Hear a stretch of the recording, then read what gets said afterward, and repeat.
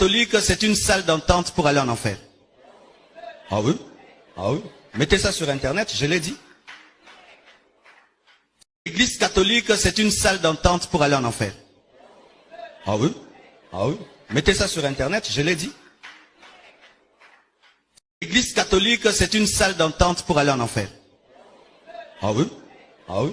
Mettez ça sur Internet, je l'ai dit. Je ne me considère jamais comme une star. Je ne suis pas une star. Je suis un serviteur. Et quand vous dites aujourd'hui, c'est-à-dire autrefois, vous ne vous considérez Non, pas... au départ, quand c'était... Parce qu'à chaque fois, on doit faire attention à chaque mot. Oui, au départ, c'était venu. Oui. Et je ne comprenais pas l'ampleur que j'avais atteint. Alors je pouvais dire n'importe quoi. Et ça m'a créé des sérieux problèmes. Ah bon? Ah oui, avec des églises, c'était terrible. Mais aujourd'hui, j'ai compris qu'une phrase de ma bouche peut bouger une nation. Une phrase de ma bouche peut détruire une famille. Une phrase de ma bouche peut détruire la vie d'un homme. Maintenant, je veille. Oui, ça, j'ai appris maintenant que l'élévation est une très lourde responsabilité. Ce n'est pas un plaisir d'être connu, d'être suivi. Je peux décevoir des gens. Des gens peuvent aller en enfer à cause de moi. Et des gens peuvent aller au ciel. Je peux détruire, je peux construire. Donc je veille. Tu vois, quand tu es un enfant, on te donne une arme. Tu peux t'amuser avec, mais quand tu deviens grand, tu sais que tu peux tuer et où tu peux protéger. Alors moi, je veille à protéger. Vraiment. Mais ce n'est pas facile. Chaque matin, je prends la décision d'être une bénédiction pour le monde et jamais une source de destruction. Chaque matin. Ça a changé beaucoup de choses en moi. Parce que je veille, quand je prêche maintenant, d'être sûr que je n'ai pas présenté ce que je pense, mais ce que Dieu veut que je présente. Oui. Ce n'est pas qu'avant je prêchais mal, mais j'ai amélioré, complété. Complété. Parce qu'avant, mon message c'était sainteté, puissance, équilibre. Maintenant c'est amour, sainteté, puissance, équilibre. Jésus-Christ en amène une femme dans l'adultère, à ses pieds. Il a dit, adultère, tu mourras. Il lui a dit que celui qui n'a jamais péché jette la première pierre. Tout le monde s'en va dire, personne ne te condamne, va et ne pêche plus. Il lui a prêché la sainteté, il lui a prêché aussi l'amour. Va, c'est l'amour, ne pêche plus, sainteté. Il y avait les deux, va et ne pêche plus. Mais moi avant c'était, ne pêche plus, ne pêche plus. Mais il y a aussi, va, va, va. Parce que si elle ne va pas, qui saura qu'elle a changé? Mais ce n'est pas que je ne connaissais pas l'amour de Dieu, mais je n'insistais pas beaucoup. Alors que quand tu rencontres Dieu, tu sais que la première chose que tu vas rencontrer, c'est quoi? C'est son amour. Parce que si tu rencontres la sainteté de Dieu sans l'amour de Dieu, tu meurs à l'instant. Nous tous ici. Si la sainteté de Dieu descend ici sans son amour, on va être calciné. La seule chose qui nous maintient dans la sainteté de Dieu, c'est l'amour. On grandit et je veux, quand je prêche, que le Saint-Esprit dise Amen. Ce n'est pas parce que j'ai eu peur des gens qui sont contre. Je continue à être, j'aime pas même dire dur.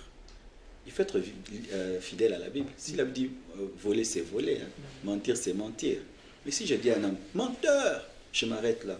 J'ai rien fait. Mais parce qu'en fait, beaucoup de gens sont dérangés par rapport à ça et derrière, ils se disent, mais lorsqu'il prêche comme ça, c'est comme s'il n'y a que lui qui va aller au ciel. Et nous autres, nous sommes destinés à aller en enfer. Si je peux même leur dire,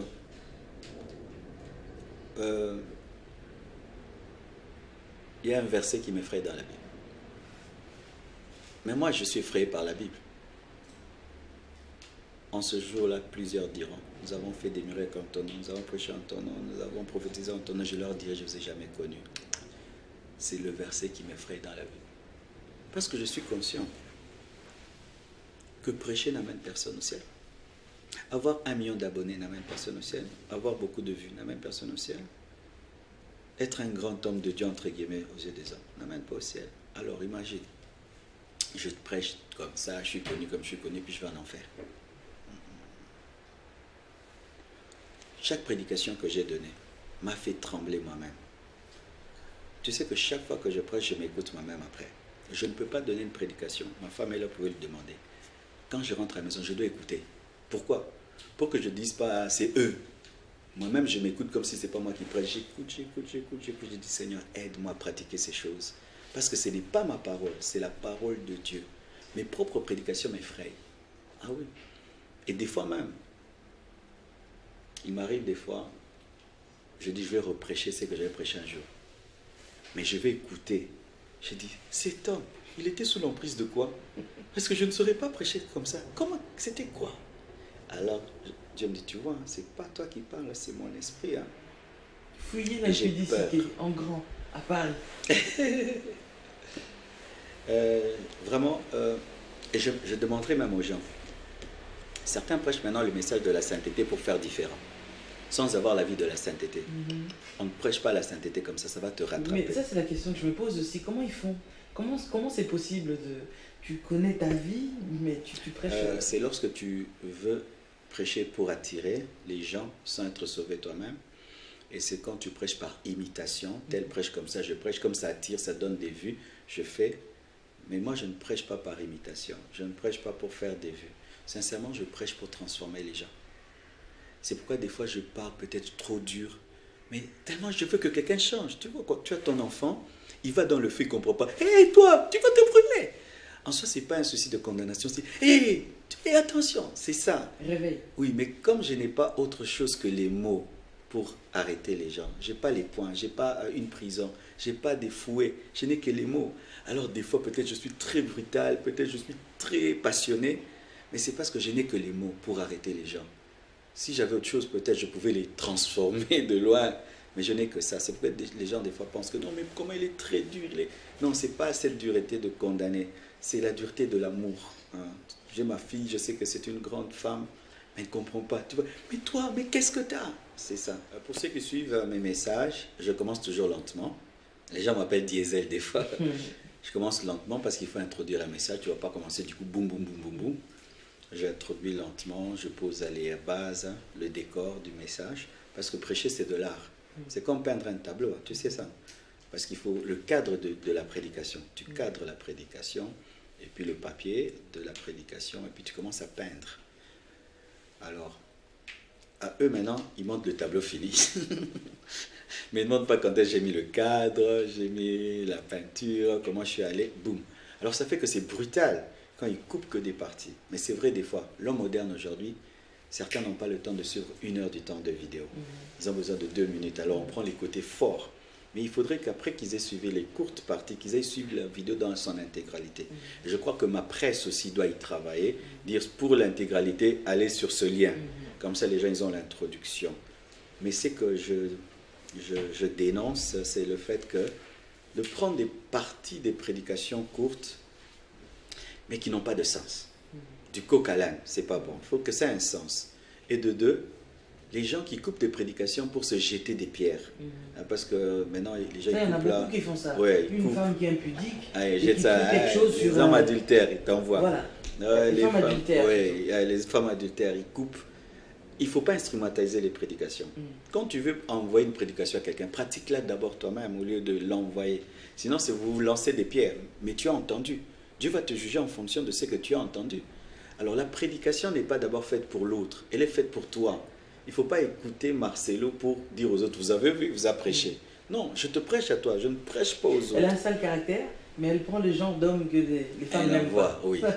Et tu vois, même quand j'ai prêché sur les gens d'hommes que les femmes, et tout, les femmes aussi ont réclamé, mais je ne prêche pas pour que vous ayez des pics à vous lancer, mais c'est pour changer les gens. Ils doivent comprendre ça.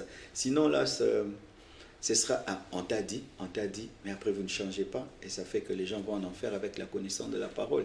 Et moi, en tant que prédicateur, je ne suis pas heureux pour cela.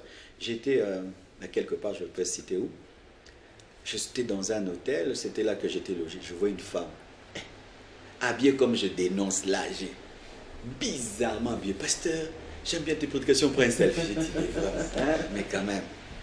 Alors, heureusement que j'ai mon groupe qui a dit, maman, range-toi. On a commencé à ranger ses vêtements. On a arrangé. On dit, mais tes cheveux arrangés, arrange. On l'a arrangé pour la photo. Mais il dit que j'aime tes prédications, mais habillé. Ah là là. Et mais quel impact, en fait, dans la vie de tous ces gens qui aiment et qui suivent, mais qui ne changent pas, en fait, derrière? Ben, pour certains, je crois qu'ils finiront par changer. Parce que des fois, un éléphant, tu tires dessus de lui maintenant, il peut aller mourir à 30 km. Hein. Certains écoutent et puis ils changeront. Mais d'autres, s'ils écoutent pour seulement envoyer à d'autres, ils ne changeront pas. Mais en tant que prédicateur, je prie pour que les gens qui écoutent se convertissent et je ne perds pas espoir. Peut-être que certains même, avant leur mort, la parole reviendra, ils vont se repentir.